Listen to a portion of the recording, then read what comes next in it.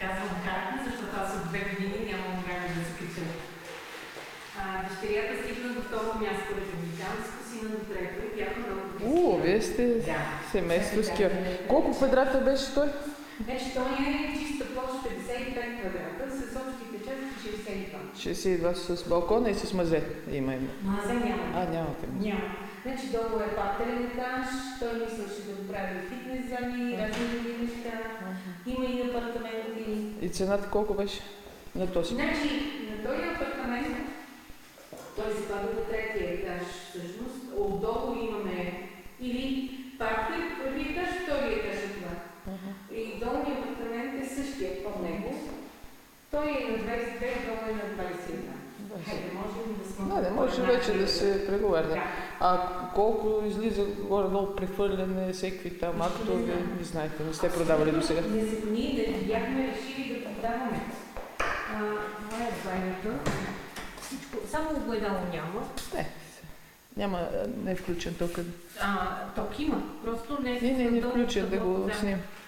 Значи аз съм следила за лепенето на плочките, за фигурите, за другите неща. Чудесно. И с душ кабинка. Само огледало няма и лампата вече тук, но трябва да се Шкафче, почисти. който искаш си сложи. Да. И тук има място за гардероб и за ски. Това има и багажна стая на входа. В паркера. Балкончето... Близо и парка. Тихичко е. Дали може да отворите на балкончето да видя? Разбира се. Няма да ни се смеете на това. Не може, си сега остави. Тук бяха обрасли, където е някакъв препарат, но трябва да викнем да си. Това е шаро. Хапели. Да, това е на едни руснаци, които платиха страшно много пари и трябваше да е на 3 етажа, вдигнаха повече, но го започнаха след нас и сега вече е замръзено. Не го работят. Много вода, там басейна ни се срути. Що? Не знам, нещо записаха с парите. И как си им дали това разрешително? Това е толкова пазаняване. Апартамент, мястото е тук. Няма значение.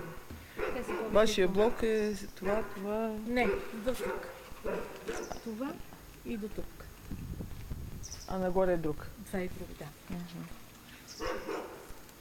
А другия отгоре блок е не е с това. Пак с тези, които са това. Те няма. Какви са тия руснаци? Откъде си назимаха такива богати?